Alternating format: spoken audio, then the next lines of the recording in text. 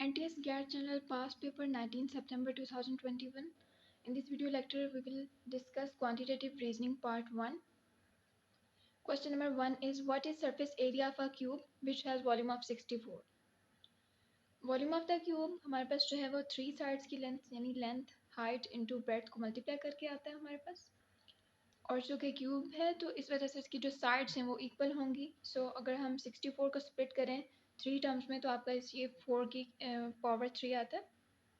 So we can write volume as this equation. उसके बाद surface area की बात करते हैं. We have this cube. अब इस क्यूब में बेसिकली ये 6 जो है वो स्क्वायर से मिलके बना हुआ है. इसकी साइड पे ये फ्रंट है, ये बैक है, अपर पोर्शन है, दिस इज बॉटम पोर्शन, ये साइड वाला, ये लेफ्ट वाला. हम इसको इस तरह से देख सकते हैं कि हमारे पास ये टोटल 6 साइड्स हैं जिनसे मिलके बेसिकली ये बना है. 6 साइड्स हैं. सो अब हमारे पास जो एरिया होगा इसका सरफेस एरिया जो कि हमने फाइंड करना है that would be equal to 6x square. अगर हमारे पास ये साइड की लेंथ x है, x सो ऑन, तो हमारे पास इसका सरफेस एरिया जो है वो 6x स्क्वायर हो जाएगा क्योंकि ये स्क्वायर से बेसिकली इसका अगर हम देखें तो ये एक स्क्वायर से मिलके बना हुआ है. एक अगर सरफेस की बात करें तो ये इसका एरिया जो है वो हमारे पास लेंथ इंटू हाइट हम इस तरह से लेंगे तो ये आपके पास टोटल 6 है तो ये 6x स्क्वायर के इक्वल आएगा total surface area of a cube.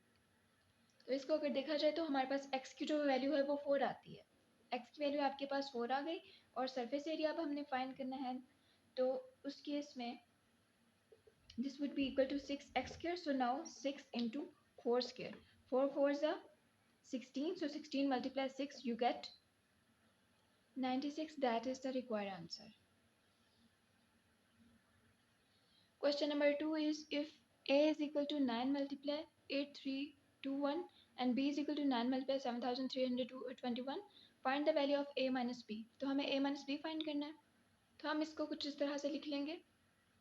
After that अगर देखा जाए तो इन दोनों टर्म्स में जो है वो 9 9 कॉमन है तो 9 को कॉमन ले लेते हैं. वरना ये डिफिकल्ट हो जाएगा कि हम इस इतनी लॉन्गर टर्म को, इतनी लार्जर टर्म को इससे मल्टीप्लाई कराएं, इसको इससे मल्टीप्लाई कराएं और फिर उसको माइनस करें. तो कॉमन लेने के बाद हमारे पास कुछ इस तरह से आएगा. आप इसको इसमें से माइनस करें, you get 1000. Now 1000 is a simple term. इसको 9 से मल्टीप्लाई करें तो हमारे पास 9000 आता है. That is the required answer. Question number 3 is there are cows and hens in the farm. If the number of heads is 50 and number of legs is 144, then find the number of hens in the farm. तो let suppose हमने cow को जो है वो C से denote किया और hens को H से डिनोट कर रहे हैं. अब जो टोटल हेड नज़र आ रहे हैं that are 50. So H plus C we have 50. तो इस तरह से इसको इक्वेशन की फॉर्म में लिख लेंगे.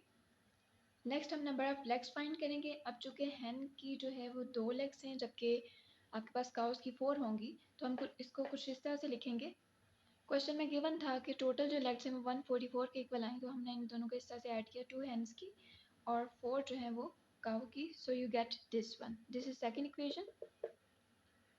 अब हम इक्वेशन 1 और 2 को साइमल्टेनियसली सॉल्व करके काउस जो हेन की वैल्यू फाइंड कर सकते हैं.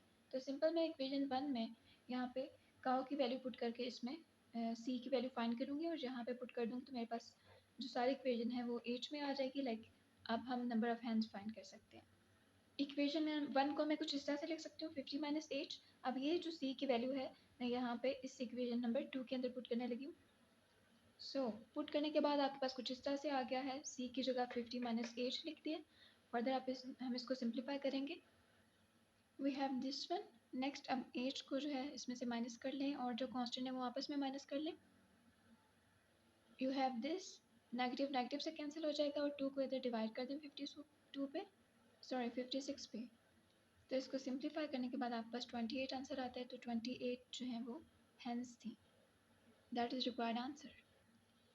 Question number 4. If p is equal to q by 3 then find the ratio of p to q 3q. तो हम इसको इस तरह से लिख सकते हैं p रेशियो 3q या फिर इसको ओवर के फॉर्म में भी लिख सकते हैं. अब ये क्वेश्चन में ऑलरेडी गिवन है p is equal to q by 3. तो यहाँ से हम q की वैल्यू फाइंड कर लेंगे. तो हमारे पास q की वैल्यू आ गई है. ठीक है, 3p. अब ये जो q की वैल्यू है ये हम इस इक्वेशन में पुट कर सकते हैं. लेट्स से इक्वेशन नंबर 1 है, यही हमारा क्वेश्चन था. इसमें हम q की जगह पे 3p की वैल्यू पुट कर देंगे, 3p पुट कर देंगे. So now we have p over 3 3s are 9p. So p will be cancelled with p and you are left with 1/9. सो इसकी रेशियो हमारे पास 1:9 होगी. P ratio 3Q basically 1:9 होगी. That is the required answer. Next question is question number 5. How many 3 digits number whose sum of digit is equal to 3?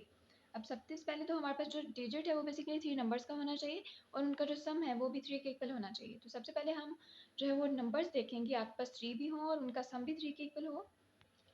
These are the required number जिनका sum हमारे पास जो है वो 3 के equal है और ये नंबर भी 3 है. तो बेसिकली आपके पास कितने नंबर्स हैं? These are 6 numbers.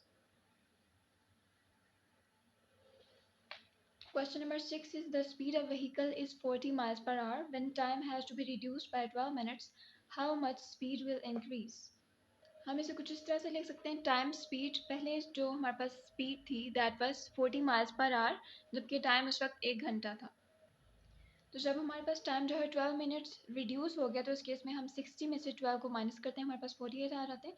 तो अब जो है वो टाइम 48 है and we have to find the speed कि वो इंक्रीज़ करती है डिक्रीज़ करती है. हमें पता है कि वो इंक्रीज़ करेगी. सो एक्चुअली में टाइम डिक्रीज़ कर रहा है लेकिन स्पीड इंक्रीज़ कर रही है. तो इस केस में हमारे पास ये इन्वर्स रिलेशन बनता है और हम इसको इससे मल्टीप्लाई कराएंगे और इसको इससे और दरम्यान में इक्वालिटी का साइन होगा. सो सिंपली हम लिख सकते हैं इसको 60 multiplied by 40 is equal to 48 multiplied by speed. This one आगे इसको कैंसिल कर लें जो कॉमन फैक्टर्स हैं आपस में. Now we are left with this one. Next 12 और 60 में भी कॉमन फैक्टर्स हैं तो ये 5 से कैंसिल हो जाएगा. सो 10 5 50 माइल्स पर आवर हमारे पास आंसर आ जाएगा. Question number 7 is if x plus 3 plus x by 4 is equal to 7 then find x by 6. Simple सबसे पहले इसका एलसीएम ले लें. एलसीएम इसका 4 3 12 आता है. अब 12 को 7 से मल्टीप्लाई करा लें और 4x प्लस 3x 7x आ जाएगा. अब इसमें सिंपल ये 7 इससे कैंसिल कर दें. अब इस 12 को स्प्लिट कर लें 6 मल्टीप्लाई 2, 6 को इधर जाके डिवाइड कर दें तो x by 6 is equal to 2. That is the required answer. Question number 8. 2 is 10% of which number?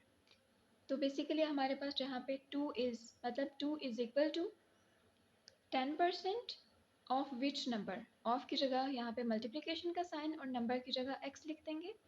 इसके बाद परसेंटेज को ओपन कर लिया, यहाँ पे 1/100 इसकी वैल्यू यहाँ पे पुट कर दी और साथ में x आ गया. Now you have to find the x.